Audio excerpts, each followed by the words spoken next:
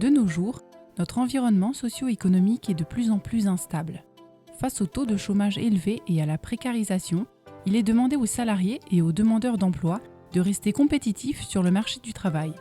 Cette nécessité de polyvalence et de mobilité peut, selon les cas, nous encourager ou nous contraindre à changer de métier.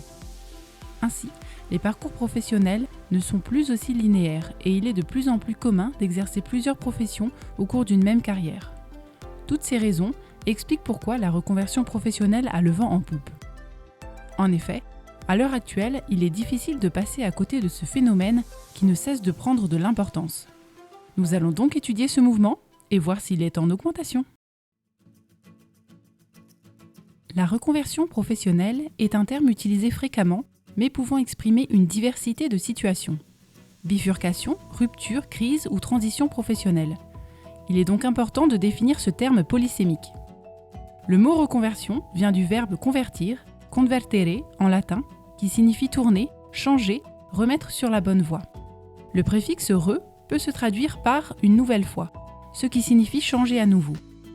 Ce concept apporte donc l'idée d'un changement, d'un renouveau, d'une transformation, le passage d'un état à un autre. Il s'agit donc d'une démarche visant à changer de métier ou de secteur en cours de carrière. Elle est souvent pensée en termes de rupture, marquant le passage d'une situation à une autre.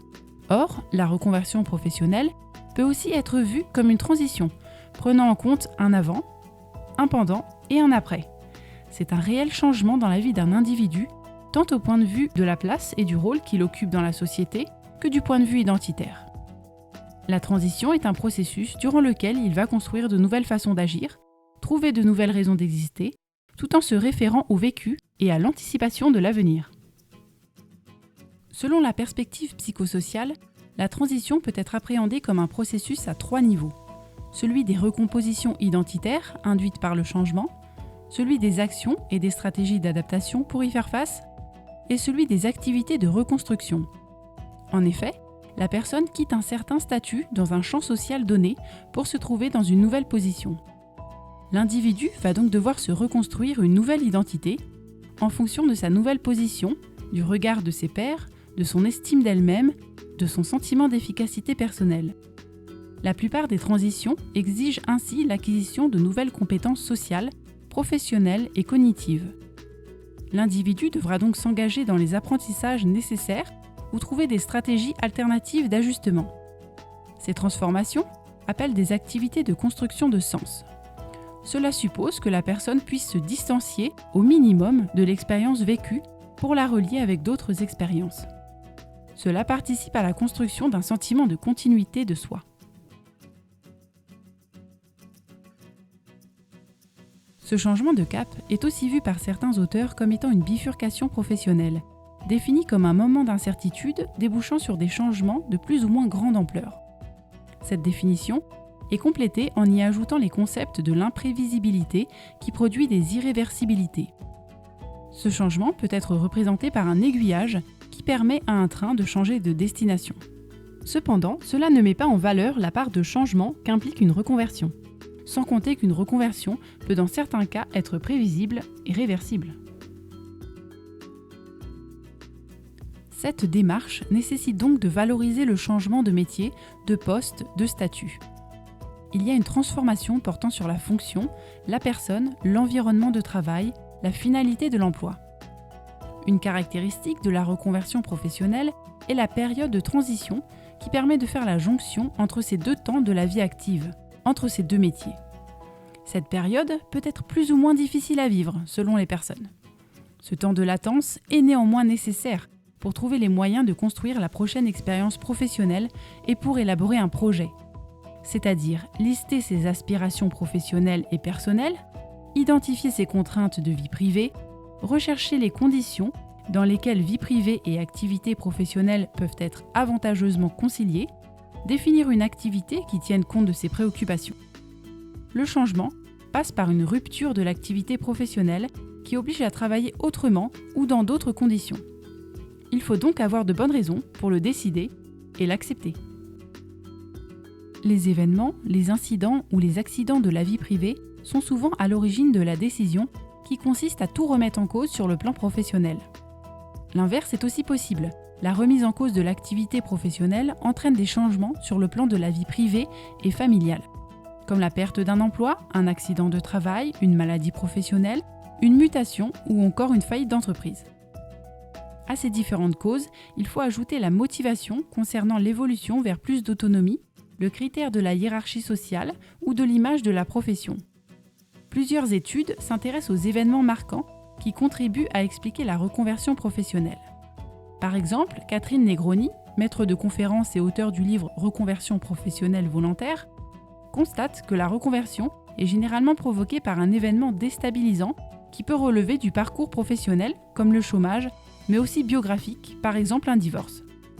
Certains auteurs, Denave, Dieu et Delay, ont quant à eux observé que la reconversion peut être déclenchée à la suite de micro-événements qui, cumulés, génèrent des remises en question professionnelles et identitaires. D'autres travaux procèdent à une distinction fondée sur le caractère plus ou moins volontaire de la reconversion. Ainsi, la reconversion involontaire serait provoquée par des contraintes structurelles, chômage, déclassement, précarité. Les motivations sont ici externes ou économiques, liées au contexte du marché du travail. La reconversion volontaire est davantage à l'initiative de l'individu qui se trouve insatisfait de son travail. Les motivations sont alors internes et se reflètent notamment par le sentiment de routine et de lassitude, la perte d'intérêt envers le métier, le désir de répondre à d'autres aspirations ou encore celui d'être en conformité avec ses valeurs personnelles. Par ailleurs, quelques rares études ont dégagé les étapes ou phases qui caractérisent le processus de reconversion professionnelle. Ainsi, Sophie Denave et Catherine Negroni identifient toutes les deux 5 phases distinctes. La première correspond au constat d'une insatisfaction, d'un décalage entre les aspirations et la situation professionnelle précédant la reconversion. Au cœur du processus, la deuxième étape est celle du désengagement à l'égard de cette situation. Elle est suivie de phases de réflexion, de latence ou d'incertitude identitaire et de formulation du projet professionnel menant à la prise de décision. Au terme du processus, survient une phase de réengagement dans une nouvelle situation professionnelle. Ce phénomène, complexe et multifactoriel, n'a cessé de croître et de prendre de l'ampleur ces dernières années. Auparavant, le changement de travail était uniquement lié à la notion de capacité ou d'incapacité à exercer. Jusqu'à la fin du XVIIIe siècle, les personnes incapables de travailler mendiaient et vivaient de la charité de la famille, du voisinage ou de l'Église. Les questions de l'emploi et du retour au travail ne se sont réellement posées qu'après l'avènement de la société industrielle et surtout avec les conséquences de la Première Guerre mondiale. La gestion des mutilés de guerre et des accidentés du travail a mis en lumière la notion de responsabilité, de la nation et de l'employeur. Ainsi, les notions de reclassement, de réadaptation, de réinsertion ont fait leur apparition. Le changement de métier était ici vu comme un processus d'adaptation à sa situation, à son environnement et était donc subi. La notion de transition professionnelle apparaît dès 2007 dans l'ouvrage de l'américaine Marcy Halbauer, One Person, Multiple Careers, et a été popularisée par Seth Godin, qui le résume ainsi: mon grand-père a fait le même travail toute sa vie, mon père a eu 7 emplois différents tout au long de sa carrière, et moi, j'ai 7 emplois en même temps. De nos jours, ce phénomène a pris de l'ampleur et représente un choix dans 79% des cas, selon l'étude Nouvelle Vie Pro de 2019. En effet, selon cette même étude, 93% des actifs interrogés ont déjà songé à faire une reconversion professionnelle. A contrario, seuls 7% des actifs n'y ont jamais pensé. Pour autant, si les chiffres indiquent que la reconversion professionnelle n'est plus un tabou, il est compliqué de conclure qu'elle gagne véritablement du terrain. Et pour cause, comme le rappelle Pierre Lamblin, directeur des études à l'APEC, si les intentions des salariés sont là, elles ne se transforment pas forcément en action. Nous allons donc tenter de faire parler les chiffres pour voir si la reconversion professionnelle est effectivement en augmentation. Selon le baromètre Centrinfo de 2021, 20% des salariés préparaient, début 2021, une reconversion professionnelle, tandis que 27% envisageaient de le faire.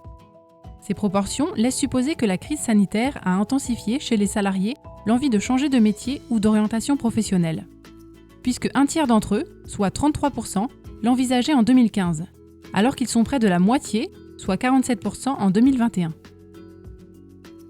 Une autre étude montre que le nombre de personnes ayant choisi d'entreprendre une transition professionnelle a amplement augmenté ces dernières années. En 2022, cela a ainsi concerné 35,8% des actifs occupés, contre 26,2% en 2016, selon l'Observatoire des trajectoires professionnelles. De plus, selon une étude publiée en février 2022 par le CEREQ, le Centre d'études et de recherche sur les qualifications, environ 2 millions d'actifs français auraient changé de métier ces 5 dernières années. D'autre part, d'après une étude de la Direction de l'animation de la recherche, des études et des statistiques, la DARES, les jeunes sont 2 fois plus nombreux à se reconvertir que leurs aînés. Cela signifie que les nouvelles générations ont intégré cette notion de polyvalence et de changement. Ils ont par conséquent tendance à considérer comme inéluctable une période plus ou moins longue d'exploration, d'insertion progressive dans le monde professionnel, de précarité et de doute. Face à ce constat, ils ne sont plus passifs et ne souhaitent plus subir les évolutions de leur environnement. Ils souhaitent être acteurs de leur parcours professionnel. De plus, selon un article de La Tribune, un Français change de métier en moyenne 4,5 fois au cours de sa vie professionnelle. Pôle emploi estime quant à lui que les jeunes actifs d'aujourd'hui changeront en moyenne 13 à 15 fois d'emploi au cours de leur vie. Les changements de notre société, la mondialisation, la compétitivité accrue, l'instabilité et le changement du rapport au travail présentaient déjà un terrain propice à l'expansion de la reconversion professionnelle. La crise sanitaire, dont nous supportons encore les conséquences, n'a fait que bouleverser davantage le monde du travail. En effet, le chômage partiel, le développement du télétravail et la mise en lumière des métiers dits essentiels sont autant de phénomènes qui ont permis à nombre de salariés de remettre en question leur rapport au travail. Cette prise de distance et de conscience semble avoir redistribué les cartes. Si cette vidéo vous a plu, n'hésitez pas à commenter, liker et à vous abonner.